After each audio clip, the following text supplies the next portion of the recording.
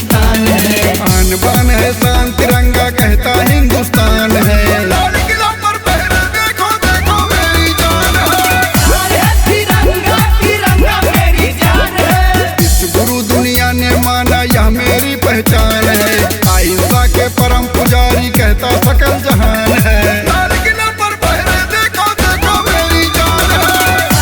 तिरंगा तिरंगा मेरी जान है। बच्चा बच्चा बोले तिरंगा मेरी जान है। तिरंगा तिरंगा मेरी जान है।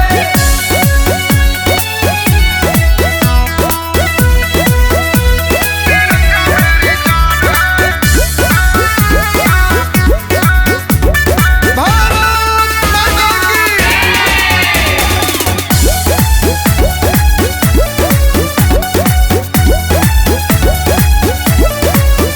दुनिया के दिल में धड़कते हैं हम वही तराना है। मेरा प्यार ही दुनिया वालों को लगता खजाना है।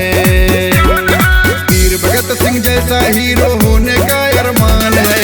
हर हिंदुस्तानी के दिलों में वही सितारा सांस है। लाल किला पर पहरे देखो देखो मेरी जान है। तिरंगा तिरंगा मेरी जान है। जहाँ भी जाऊँ बोलूं तिरंगा मेरी जान है। तिरंगा तिरंगा मेरी जान है।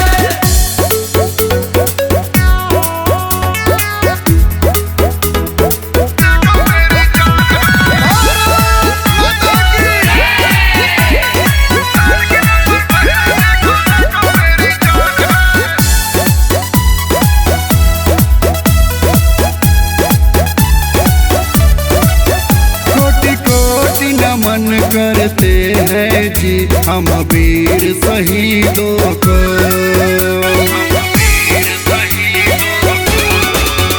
जो वतन की मिट्टी पर छापे हैं अपनी तस्वीरों को।